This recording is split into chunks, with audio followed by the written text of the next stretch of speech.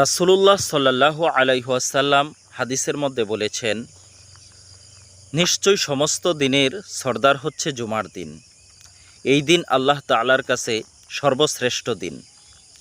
এমনকি এই দিন আল্লাহ তাআলার কাছে ঈদুল ফিতর এবং ঈদুল আজহার চেয়েও শ্রেষ্ঠ দিন। জুমার দিনের 5টি বৈশিষ্ট্য রয়েছে, 5টি ফজিলত রয়েছে। জুমার দিন আল্লাহ তাআলা হযরত আদম আলাইহিস সালামকে সৃষ্টি করেছেন।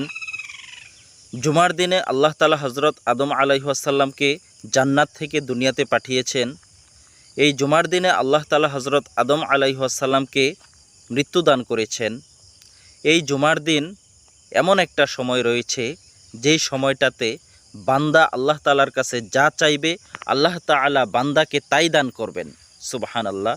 তবে শর্ত হচ্ছে যদি কোনো হারাম কোনো বিষয় আল্লাহ তাআলার কাছে প্রার্থনা না করে। এই জুমার দিন আল্লাহ তাআলা কিয়ামত সংগঠিত করবেন।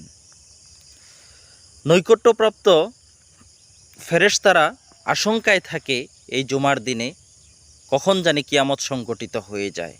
পৃথিবী, আকাশ, বাতাস সব কিছু শঙ্কায় থাকে, উদ্বিগ্ন থাকে, কখন জানি কিয়ামত সংগঠিত হয়ে যায়। এই কিয়ামতের আশঙ্কায় আল্লাহ তাআলা আমাদেরকে এই 5টি বিষয় থেকে শিক্ষা গ্রহণ করার তৌফিক দান করুক। আমিন।